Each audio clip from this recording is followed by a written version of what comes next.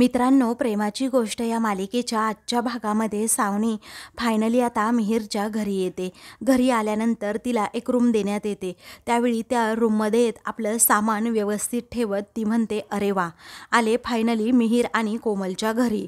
असं म्हणून ती रूमभर पाहते आणि म्हणते, अरे वा, खूप छान आहे मिहिर आणि कोमलचं घर. पण स्वतःच्या पैशांमधून घेतलं की सागरच्या, काय माहीत. जाऊ दे, आपल्याला तरी काय करायचं आहे, आपल्याला राहायला मिळतंय ना, त्याच्याशी मतलब. असं म्हणून सावनी आता लगेच एकदम रिलॅक्स फील करते. त्याचवेळी तिच्या आता मोबाईलवर एक मेसेज येतो. ती म्हणते, बापरे, आत्ता यावेळी कुणाचा मेसेज आला असेल. असं म्हणून ती तो मेसेज पाहते तर त्यामध्ये बँकेचा मेसेज आलेला असतो. तेव्हा आता तिची सर्व बँक्स अकाउंट ही फ्रीज झालेली असतात. हे पाहून आता सावनीच्या पायाखालची जमीनच सरकते. ती म्हणते, अरे बापरे, सागर ज्या अकाउंटमध्ये पैसे टाकायचा, डिपॉझिट करायचा, ते अकाउंट तर फ्रीज झालं. पण कसं काय? असं म्हणून तिला तो प्रश्न पडतो. ती आता घाबरलेली असते की जर पैसेच मिळाले नाही तर आपण करायचं काय. त्यानंतर ती आता लगेच बाहेर येते. बाहेर आल्यानंतर सई तेथेच बसलेली असते. आपली मम्मा येताच ती आपुलकीने पुढे जात म्हणते, मम्मा, अगं चल ना, क्लासची वेळ झाली आहे, क्लासला जायला नको का आपल्याला? मग तू मला घेऊन चल ना. अगं मी एकटी गेली असती, परंतु झालं काही, इथे नवीन जागा आहे ना, मला नाही जाता येणार एकटीला. चल ना मम्मा प्लीज, अगं क्लास सुरू होईल. असं म्हणून ती फोर्स करू लागते. तेव्हा सावनी आता म्हणते की गप्प बस, हा, आजच्या दिवस क्लासला नाही गेली तर एवढा काही तुझा अभ्यास बुडणार नाही आहे. मला खूप महत्त्वाचं काम आहे, त्यामुळे तू आपापले जा क्लासला. आता मी तुला आज तरी क्लासला घेऊन जाऊ शकत नाही, समजलं? असं म्हणून सावनी खूपच चिडते. त्यावेळी आता मिहिर तेथे येतो आणि त्या दोघींचं बोलणं ऐकत असतो. तेव्हा सई अगदी तळमळीने म्हणत असते, आज खूप महत्त्वाचा पोर्शन शिकवणार आहेत मम्मा, प्लीज, अगं जायचंय मला क्लासला. त्यानंतर ती आता म्हणते, मम्मा प्लीज, अगं हवं तर येताने मी माझी येते, पण क्लासपर्यंत तरी सोड, मला रस्ता समजेल. त्यावेळी आता सावनी म्हणते, ऑलरेडी मला खूप राग आलाय हा सई, हे बघ, माझ्या रस्त्यात आता आडवी येऊ नकोस. असं म्हणून आता ती लगेच सईला ढकलून तेथून जाते. बिचारी सई आता खूप रडू लागते. तर मिहिरला खूप वाईट वाटतं की सईला या सावनीमुळे काय काय सहन करावं लागतंय. त्यावेळी आता मिहिर लगेच सईजवळ जातो आणि म्हणतो, बाळा सई, अजिबात रडायचं नाही हा. असं म्हणून तो तिचे अश्रू पुसतो आणि म्हणतो, येताना अजिबात एकटं यायचं नाही आणि जाताना सुद्धा एकटं जायचं नाही. चल आपण जाऊयात क्लासला, मी तुला न्यायला सुद्धा येईल, ओके? असं म्हणून तो सईला अगदी शांत करतो. सई म्हणते, हो मिहिर काका, चालेल. त्यावेळी आता सई आतमध्ये आपली बॅग आणण्यासाठी जाते. तेव्हा आता लगेच मिहिर हा मुक्ताला कॉल करतो आणि म्हणतो, वहिनी, अगं मी सईला क्लासला घेऊन आता चाललोय सध्या, पण आपण भेटूयात का जरा? घराजवळ एक वडाचं झाड आहे ना, वरच्या बाजूला दुकानंसुद्धा आहेत, तेथे आपल्याला भेटायचे, चालेल ना? मग आता लवकरात लवकर निघ. असं म्हणून तो फोन ठेवतो. तर आता ते दोघेही भेटणार असतात. आता दुसरीकडे मिहिकाला हर्षने एका रूममध्ये डांबून ठेवलेलं असतं. तिथे सर्वत्र अंधार असतो. मिहिका आता झोपलेली असते. त्याचवेळी हर्ष लगेच दार उघडतो तर बाहेरचा प्रकाश सर्व तिच्या डोळ्यावर पडतो आणि मग ती लगेच उठते आणि हर्षकडे रागात पाहते. तेव्हा हर्ष आता मनातच म्हणतो की अगं तू मला काटे टोचलेस ना, आता बघ तुला स्वतःला काटं टोचणं काय असतं ते. मी असा तुला काटा टोचणार आहे ना, जो काढता सुद्धा येणार नाही आणि ठेवता सुद्धा नाही, तो नुसता असा सलत राहील. आता मीच होणार तो तुझ्या पायातला काटा, एवढ्या सहजासहजी मी निघणार सुद्धा नाही. आता तेव्हा तो तिच्यासाठी दूध घेऊन आलेला असतो. मग मिहिका रागातच त्याच्याकडे पाहत. त्यानंतर हर्ष हा मिहिकाजवळ बसतो आणि तिला म्हणतो की हे बघ मिहिका, झालं गेलं ते सगळं आपण विसरून जाऊयात, नव्याने सुरुवात करूयात. अजूनही माझं तुझ्यावर खरंच खूप मनापासून प्रेम आहे. असं म्हणून तो प्रेमाच्या गप्पा तिच्याबरोबर मारू लागतो. तेव्हा मिहिकाच्या मात्र तळपायाची आग आता मस्तकात जाते आणि ती म्हणते, काय, तुझं आणि माझ्यावर प्रेम? अरे बावळट, तुझं आणि सावनीचं लग्न व्हावं म्हणून आम्ही दोघांनी, मिहिरने आणि मी, आमचं लग्न पोस्टपोन केलं, समजलं? माझं फक्त आणि फक्त मिहिरवर प्रेम आहे. तुझ्या लग्नाच्या त्या प्रिपरेशन टीममध्ये मी होते आणि तूच मला गोड गोड बोलून मला जाळ्यात अडकवलंस. तू काय केलं हे? असं म्हणून ती त्याच्यावर आता खूपच चिडते. तेव्हा आता ती आत्तापर्यंतच्या त्याच्या पापकृत्याचा पाढा वाचून दाखवत असते आणि म्हणते, अरे तू माझ्याकडे काय प्रेमाने बघणार? तू प्रत्येक मुलीकडे वाकड्या नजरेने बघतोस, घाणेरड्या नजरेने बघतोस. तुझ्या या नजरेला ना मला नजरसुद्धा मिळवावीशी वाटत नाही, समजलं? आणि प्रेमाच्या गोष्टी करतो का तू? प्रेम म्हणजे खरं काय तुला माहीत तरी आहे का?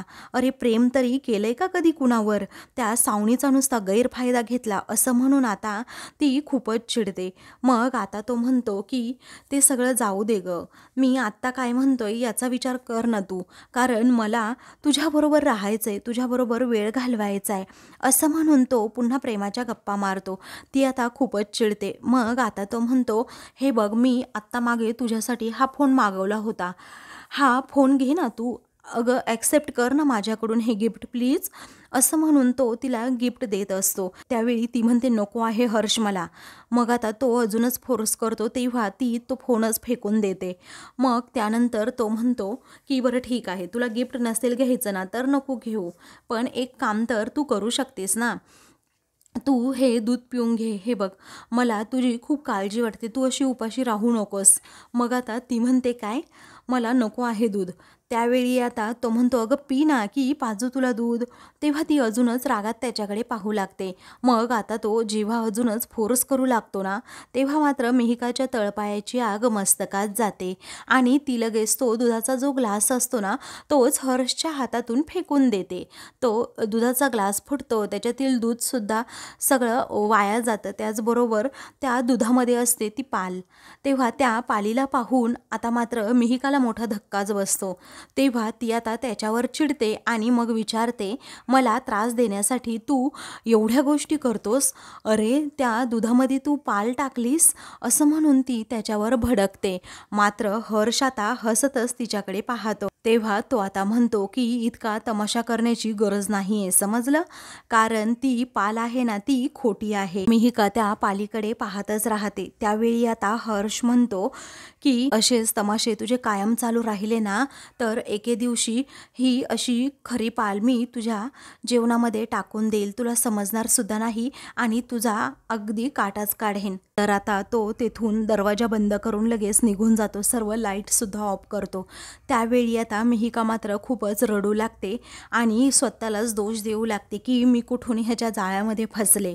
तर दुसरीकडे सई आणि मिहीर हे दोघेही आता वडाच्या झाडाजवळ आलेले असतात. तेव्हा सई आता विचारते, मी इथे का बसायचं आहे पण मिहीर काका? मग आता मिहीर म्हणतो, हे बघ समोरची शॉप आहे ना बाळा, तेथे मला थोडं काम आहे, मी लगेच ते काम करून येतो हां, तोपर्यंत तू इथे बस. सई म्हणते हो चालेल, असं म्हणून ती आता खूप वेळ तेथे बसते. तेवढ्यातच मुक्ता आता तेथे येते, सईला तेथून पाहू लागते. सईला खूप वेळ पाहिल्यानंतर ती आता लगेच सईकडे जाते. तिथे गेल्यानंतर आता तिचा पाय जोरात अडखळतो आणि ती सईसमोरच जाऊन खाली पडते. तेव्हा सईला खूप मोठा धक्का बसतो. तर सई लगेच पुढे येते आणि हात देते. मग आता मुक्ताला ती कशीबशी सावरते. तेव्हा मुक्ता आणि सई या दोघीही एकमेकींकडे पाहतच राहतात. आता मुक्ताला तेथे पाहून सईला जरा आनंद होतो, पण चेहऱ्यावरती तसं दाखवत नाही. त्यानंतर मुक्ता आता अगदी प्रेमाने डोळे भरून आपल्या लाडक्या लेकीकडे पाहत थँक्यू सई माऊ असं म्हणते. मग आता तू माझ्यावर रागवली आहे, रुसली आहे, तरीही तू मला माझी मदत केलीस, असं आता मुक्ता विचारते. तेव्हा सई म्हणते हो केली मदत, कारण मला माहीतच नव्हतं की जी बाई इथे पडली आहे ना ती तू आहेस म्हणून, आणि माहीत असताना तरीही मी मदत केलीच असती, कारण मला कुणीतरी शिकवलंय की एखाद्याने आपल्याला सोडून दिलं ना आणि आपल्याला प्रॉमिस केलेलं नाही पाळलं तर आपण वाईट नाही वागायचं, आपण तर नेहमी त्या माणसाबरोबर सुद्धा चांगलंच वागायचं आणि यालाच माणुसकी म्हणतात, असं म्हणून ती आता तेथून बाकावर बसायला जाते. त्यानंतर आता मुक्ता ही खूप प्रेमाने तिच्याकडे पाहत असते. तेव्हा तिला आता आठवतं आणि ती त्या स्वप्नांमध्ये आता रंगून जाते. मग आता जेव्हा सई माझ्याजवळ होती तेव्हा मी सतत तिचा असा अभ्यास घ्यायची, तर सावनी मला ओरडली होती की ती लहान आहे, किती तिचा अभ्यास घेतेस. तेव्हा आता अभ्यास तर घ्यावाच लागेल ना, कारण तिचा पोर्शन खूप अवघड आहे असं मुक्ता म्हणते. त्यावेळी सई त्या दोघींकडे पाहतच राहते. मग आता पोर्शन अवघड असला म्हणून काय झालं, तू ना तुझ्या त्या प्रिन्सिपल आईसारखीच आहेस, तुझी तत्व काय तू सोडणार नाहीस आणि अभ्यास करून तरी कुणाचं भलं झालंय, असं सावनी आता मुक्ताला म्हणते. त्यावेळी आता ती निघणार असते. त्याच वेळी आता तिचा पाय त्या खुर्चीमध्ये अडकतो. सावनी पडणार तितक्यातच मुक्ता आता तिला लगेच धरते आणि सावरून म्हणते की झालं का आता. मग आता ती सावनी रागातच म्हणते थँक्यू असं म्हणून ती पाय आपटतच तेथून जाते. मग मुक्ता त्यावर काहीच रिॲक्शन देत नाही. सईने हे सगळं काही पाहिलेलं असतं की आपली मम्मा किती उद्धट वागते मुक्ताईबरोबर, किती विचित्रासारखी वागते आणि आपली मुक्ताई मात्र एकदम शांत असते आणि सर्वांची मदत करते, खास करून सावनी मम्माची सुद्धा. कारण मम्मा एवढी वाईट वागून देखील आपली मुक्ताई कधीच तिला नावं ठेवत नाही. मग त्यावेळी आता सई म्हणतेच की मुक्ताई, अगं सावनी मम्मा तुला नेहमी त्रास देते, तरीही तू तिची अशी मदत का केलीस. मग आता मुक्ता म्हणते सई माऊ, हे बघ बाळा, कुणीही आपल्याशी कसं वागलं ना तरीही आपण आपला चांगुलपणा कधीही सोडायचा नाही. आता समोरचा माणूस आपल्याबरोबर कसाही वागला तरीही आपण त्याच्याबरोबर प्रत्येक वेळी तसंच वागणार आहे का. म्हणजे प्रत्येक माणूस जर आपल्याबरोबर वाईट वागला तर त्याच माणसांबरोबर आपण दरवेळी वाईट वागून त्याच्यासारखं वाईट व्हायचं का. कारण कुणीही आपल्याबरोबर वाईट वागलं ही जेव्हा तो अडचणीत असतो ना तेव्हा आपण त्याची मदत केलीच पाहिजे आणि यालाच माणुसकी म्हणतात. तू आता लक्षात ठेवशील. तेव्हा सई आता हो असं म्हणते. त्यानंतर मुक्ताला हे सगळं सईला सांगितलेलं आठवत असतं. मग आता मुक्ता ही खूप प्रेमाने तिच्याकडे पाहते आणि म्हणते सई माऊ, हे बघ तू आत्ता माझ्यावर कितीही रागव, माझ्यावर चीड, पण मी शिकवलेल्या ज्या चांगल्या गोष्टी तुझ्या लक्षात आहेत ना तोपर्यंत मी जिंकलेलीच आहे. तर आता सईने ह्या सगळ्या गोष्टी लक्षात ठेवल्यामुळे मुक्ताला सुद्धा खूपच आनंद झालेला असतो. दुसरीकडे आता सावनी ही पाय आपटतच बाहेर निघालेली असते. तर बँकेत तिला जायचं असतं. त्याच वेळी आता ती सागरला सारखा सारखा कॉल करत असते, परंतु आता कॉलच तो रिसीव करत नसतो. मग त्यानंतर ती मोबाईलमध्ये पाहते तर सागरचा मेसेज त्यामध्ये आलेला असतो. तेव्हा आता सागरने त्यामध्ये लिहिलेलं असतं की हे बघ, मी आदित्यची जबाबदारी घेत होतो आणि त्यामुळे मी तुझ्या या अकाउंटमध्ये पैसे भरत होतो, परंतु आत्ता या क्षणी आदित्यची जबाबदारी मी घेतोय म्हटल्यानंतर तुला पैशांची काय गरज. त्याचबरोबर तू तर मोठ्या तोऱ्यात म्हणाली होती की सईची सगळी जबाबदारी मी माझी घेणार. मग आता या बँक अकाउंटमध्ये मी कधीही पैसे टाकणार नाही, हे अकाउंट मी फ्रीज करतोय. हा मेसेज त्याने टाईप करून पाठवलेला असतो. तेव्हा काय फालतूपणा आहे हा, असं म्हणून सावनी भडकते आणि या सागरला आता दाखवतेच चांगली. तेव्हा ती आता सागरला कॉल करते, परंतु सागर कॉल रिसीवच करत नाही. तर आता दुसरीकडे रात्री ऑफिसवरून सागर हा घरी आलेला असतो. लॅपटॉपमध्ये तो आता आधीला छान असा व्हिडिओ दाखवतो, ज्यामध्ये आता जोकरसारखे कपडे घालून सागरने आदित्यला खुश केलेलं असतं. आदित्य त्या आठवणीत रमून जातो आणि खूप हसत असतो. सागरला सुद्धा आनंद झालेला असतो. त्याचवेळी आता मुक्ता ही तेथे येते आणि त्या दोघांकडे पाहतच राहते. त्यानंतर लगेच तिला सईची आठवण होते आणि मनातच ती विचार करू लागते की मी सईबरोबर एवढं वाईट वागले तरीही माझी सई मला मदत करायची काही थांबली नाही.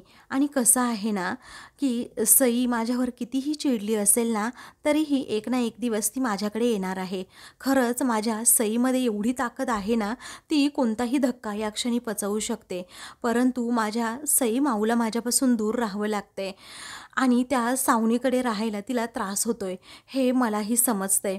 परंतु आता मिहीरकडे असल्यामुळे एवढंही काही नाही, म्हणून तिचं मन सारखं सारखं आता सईमध्येच गुंतलेलं असतं. पण नाही, असं करून चालणार नाही. काहीही झालं तरी मला सईला समजवायलाच हवं की माझं तिच्यावर खूप प्रेम आहे म्हणून, आणि ती तर माझ्याबरोबर बोलायला सुद्धा तयार नाही. काय करू बरं, असा प्रश्न तिच्या मनात असतो. मी कसं समजावू तिला जेणेकरून ती माझ्यावरचा राग थोडा तरी विसरेल आणि तिचा रागसुद्धा माझ्यावरचा थोडा निवळेल. हा मुक्ता आता विचार करत असते. त्यानंतर इकडे आधी आता म्हणतो, पप्पा मी जादू करून मला किती हसवलं होतं ना. तेव्हा सागर आता सांगतो, कारण मला तुला भेटायचं होतं बाळा आणि तू माझ्यावर रागवला होतास. आता पप्पा म्हणून जर मी भेटायला आलो असतो तर तू भेटला असता का, नाही ना, आणि म्हणूनच मी जादूगार बनून आलो आणि तुला भेटलोच. त्यावेळी आधी खरंच खूप खुश असतो आणि म्हणतो, पप्पा तुम्ही त्या दिवशी जे काही बोलत होतात ना ते मी किती शांतपणे ऐकत होतो, तुम्हाला आठवत असेल ना. तेव्हा सागर म्हणतो, हो बाळा मला सगळं काही आठवतंय. तर मुक्ता आता विचार करते, मी पण जर अशी वेश बदलून गेले तर सईला नक्कीच मी भेटू शकेन आणि तीसुद्धा जरा खुश होईल. मला सुद्धा तिच्यासोबत काही वेळ घालवता येईल. यस, आयडिया सुचली असं म्हणून मुक्ता आता खूपच खुश होते. तर दुसरीकडे सावनी ही खूप भडकलेली असते आणि ती रूममध्ये येऊन म्हणते की सागर कोळी, मी तुला सोडणार नाही आहे. अरे तू माझी सर्व बँक अकाउंट फ्रीज केली ना, आता बघच मी काय काय करते. कारण तुझ्या लाडक्या मुक्ताला त्रास झाल्यानंतर तुला त्रास होतो ना, पण आता बघ मी करते काय ते. कारण तुझ्या मुक्ताला त्रास झाला तर मला खूप आनंद होतो आणि मग तुझ्या जीवाची खूप तडफड होते. आता हीच तडफड मला पुन्हा एकदा त्या मुक्ताच्या चेहऱ्यावर पाहायची आहे आणि तुझ्यासुद्धा. असं म्हणून आता ती म्हणते की मी तुम्हा कुणालाच सईला भेटू देणार नाही. सई तुमच्या काळजाचा तुकडा आहे ना, पण तुम्ही बघाच दोघे. आता मी सईला कशा प्रकारे तुम्हाला भेटू देते ते. अरे भेटूच देणार नाही, जा आता. मग सावनीच्या मनात पुन्हा एकदा सागर मुक्ताचा बदला घेण्याची भावना निर्माण झालेली असते. तेव्हा ती आता खूपच चिडते. इकडे आता आदित्य आणि सागर दोघेही बेडवर आपले बसलेले असतात. त्याचवेळी आता मुक्ता ही स्वतःला आरशात पाहते आणि ती सागरच्या बोलण्याचा विचार करत असते. तेव्हा आता ती सागरला अचानकच म्हणते की थँक्यू सागर. तेव्हा सागर आता आधीकडे पाहतो आणि विचारतो, काय थँक्यू कशाला आता? तेव्हा आधी पण म्हणतो, काय माहीत थँक्यू कशाला म्हटल्यात त्या. त्यावेळी आता काय झालं काय, पण थँक्यू कशाला म्हटलात असं सागर पुन्हा विचारतो. त्यावेळी मुक्ता म्हणते, कारण तुमच्याकडून मला खूप छान आयडिया मिळाली आहे. मला समजलं की नक्की मला काय करायचं. तेव्हा आता मुक्ता ठरवते की सई माऊ, हे बघ मी तुला लवकरात लवकर भेटणार आहे एक नवीन आयडिया घेऊन. त्यानंतर ती बाहेर येऊन लगेच घरातील सर्वांना आवाज देते, मम्मी लवकर बाहेर या, लकी, स्वातीताई, सागर या पटकन बाहेर. मग आता सर्वजण बाहेर येतात. तिचा तो उत्साह पाहून तिला विचारतात, झालं काय? मग आता ती म्हणते की मला सईला भेटायचंय, मी सईला भेटणारच आहे. पण ती आता मिहीरकडे आली आहे ना म्हणून. त्यावेळी आता सर्वजण म्हणतात, हो भेट. मग सागर म्हणतो, मुक्ता तुमच्या मनाची घालमेल मला समजते. तुम्हाला नक्की काय बोलायचंय ना तेही कळतंय मला, कारण तुम्ही जे बोलता ना ते करून दाखवताच. परंतु तुम्ही काळजीच करू नका. अहो 1 महिन्याच्या आतमध्ये ना सई आपल्याकडे असेल, कारण मी सर्व सावनीची बँक अकाउंट फ्रीज करून टाकली आहेत. अहो तुम्हाला माहीत नसेल पण सईचे खर्च तिला परवडणारच नाही आहेत. त्यामुळे सई लवकरात लवकर असेल आपल्याकडे. तेव्हा आता मुक्ता म्हणते, सागर अहो 1 महिना, मला सईच्या आत्ताच्या आत्ता जवळ जायचं आहे, मला तिच्याबरोबर वेळ घालवायचा आहे. अहो सई नसेल तर मी व्यवस्थित श्वाससुद्धा घेऊ शकत नाही. सई नेहमी मला माझ्या आसपास हवी असते. तुम्हाला कळत कसं नाही, माझं सईवर खूप प्रेम आहे. मग आता मुक्ताचा हा प्रेमळपणा पाहून, त्याचबरोबर मुक्ताला खूपच आता सईला भेटावंसं वाटतंय ते पाहून इंद्रा मनातच एक निर्णय घेते. त्यावेळी आता ती म्हणते, मुक्ता भेटायचं आहे ना तुला सईला, चल मग आता थांब हा 1 मिनिट. असं म्हणून आता ती लगेच किचनमध्ये जाते आणि तेथे असणारा भला मोठा कोयता घेऊन बाहेर येते आणि म्हणते, मी कालच ना कोयत्याला धार लावून आणली आहे. आता बघतेच ती भामटी सावनी ना तुझ्या आड कशी येते ते. सईला भेटू देत नाही का ती, चलच तू. असं म्हणून ती मुक्ताचा हात पकडते. त्यावेळी आता ती म्हणते, थांबा ना मम्मी प्लीज. अहो नका ना, असं ओढत नका घेऊन जाऊ मला. ती इंद्रा काही ऐकायला तयारच नसते. मग आता मुक्ता म्हणते की मम्मी प्लीज सोडा ना मला. अहो असं ओढत नका घेऊन जाऊ, असं ती पुन्हा पुन्हा म्हणत असते. त्यावेळी सागर म्हणतो, आई प्लीज सोड, अगं मम्मी सोड ना तू. त्यांना का अशी ओढत घेऊन चालली आहे, त्या काय बोलतायत ते ऐकून तरी घे ना एकदा. भाता इंद्राला गप्प करत त्या अगोदर तिथे खुर्चीवर बसायला सांगतात. मग स्वाती आता म्हणते, मम्मी पाणी पी अगोदर. तेव्हा सागर आता इंद्राला म्हणतो, मम्मी अगं किती हायपर होते, जरा शांत राहा. त्यानंतर आता इंद्राला शांत करत मुक्ताला सर्वजण विचारतात, काय झालं, काय प्लॅन काय आहे. मग आता सागर म्हणतो, हो ना खरंच खूप दिवसांनी काहीतरी सुचले आता प्लॅन, तर ऐकूयात आपण. लकी म्हणतो, मला तर हा प्लॅन वाटतच नाही, हा काहीतरी जुगाड वाटतोय, जुगाड. त्यावेळी मुक्ता म्हणते, हो ऐकून तरी घ्या काय काय करायचंय.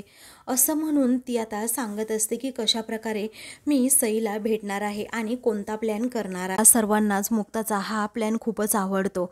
त्यावेळी मुक्ताला आता अगदी उभारी आल्यासारखं होतं की सर्वजण माझ्या या प्लॅनमध्ये सहभागी आहेत. पण सागर जरा टेन्शनमध्ये असतो.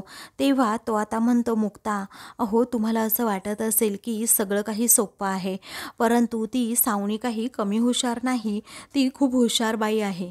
तेव्हा आता सावनी कशीही असू दे, पण आपणही काही कमी नाही कमी, असं म्हणून इंद्रा आता सागरलाच गप्प करते आणि म्हणते, मी सुद्धा कोळी आहे कोळी. कोयतेची शपथ घेऊन सांगते, सावनी जर मध्ये आली ना तर तिला असा धडा शिकवेन ना की विचारू नको. मी कालच कोयत्याला धार लावून आणली आहे. असं म्हणून इंद्रा सारखी आता कोयत्याची भाषा करत असते. ते पाहून सर्वजण डोक्यालाच हात लावतात. त्यानंतर आता इंद्रा म्हणते, माझ्या हातची जादू आणि स्वातीची कमाल. असा हात मारू ना की सावनी आणि त्याचबरोबर तिचं पूर्ण खानदान अजिबात ओळखू शकणार नाही की ही मुक्ता आहे म्हणून. असं म्हणून आता इंद्रा सर्वांना सांगत असते की कशाप्रकारे माझ्या मुक्ताला मी सईला भेटवू देणार आहे आणि तिला कशी तयार करणार आहे. तेव्हा आता इंद्राच्या या बोलण्यावर मात्र सर्वजण हसू लागतात. त्यानंतर आता इंद्रा म्हणते, काहीही झालं ना तरीही आम्ही तुझ्या बरोबर आहोत, समजलं. मग स्वातीसुद्धा मुक्ताला धीर देते की हो मुक्ता, तू टेन्शनच घेऊ नको अगं, सगळं काही अगदी ठीक होईल आणि आपल्या मनासारखं होईल. त्यानंतर आता डन करायचा का हा प्लॅन, असं इंद्रा विचारते. मग आता डन असं स्वाती आणि लकी दोघेही म्हणतात. मुक्तासुद्धा डन असं म्हणते. आता सर्वजण एकमेकांच्या हातावर हात ठेवतात. त्यानंतर आता मुक्ता ही सगळ्यांकडे प्रेमाने पाहते, कारण तिचं अख्खं कुटुंब तिच्या बाजूने असतं तिला सपोर्ट करण्यासाठी. मग सागर डोक्याला हात लावून आता सगळ्यांकडे पाहत असतो. लकी म्हणतो, दादूस प्लीज. मग आता सागर काय करतो तर त्या सगळ्यांच्या हातावर हात ठेवतो. तेव्हा सर्वजण आता खूपच खुश होतात. मग मुक्ताला आता खूपच आनंद होतो, कारण सर्वजण तिच्या बाजूने असतात. तिचा चेहरा आनंदाने अगदी फुलून गेलेला असतो. तेव्हा सागर हा खूप प्रेमाने मुक्ताकडे पाहतो, कारण सईला भेटण्यासाठी मुक्ता किती तडफड करते, किती प्रयत्न करते हे त्याला दिसत असतं. तर आता मित्रांनो, पुढील भागामध्ये आता मुक्ता ही लगेच म्हातारीचा वेश घेऊन आता मिहिरच्या घरी आलेली असते. खूप वेळ बेल वाजवत असते, परंतु सावनी काही दार उघडत नसते. त्यानंतर सावनी कशीबशी दार उघडते. त्यावेळी आता, तुझे कान फुटले होते का गं? किती वेळ बेल वाजवतीये तरी तू दरवाजा उघडायला एवढा वेळ केला टवळे. मग आता सईसुद्धा तेथे असते. त्यावेळी सई म्हणते, काय टवळे म्हणजे? तेव्हा आता मुक्ता जोराचा ढेकर देते, कारण कुणाला ओळखू नये यासाठी. आणि आता वेषांतर केल्यामुळे सावनीला काही कळत नाही. तर आता ती जेव्हा ढेकर देते तेव्हा सावनी तिच्यावर ओरडते. मग त्यानंतर मुक्ता सईजवळ जाते आणि लगेच तिच्या गालाला हात लावत म्हणते की जोरात आला ढेकर आणि मी हिची केअरटेकर, असं म्हणून ती सईच्या गालावरून प्रेमाने हात फिरवते. मी आले या पोरीशी खेळायला आणि तुझा खेळ खंडोबा करायला, असं म्हणून आता मुक्ता एका वेगळ्याच नजरेने पाहत असते. अशाच मालिकेंचे पुढील भाग पाहण्यासाठी चॅनलला सबस्क्राईब करा.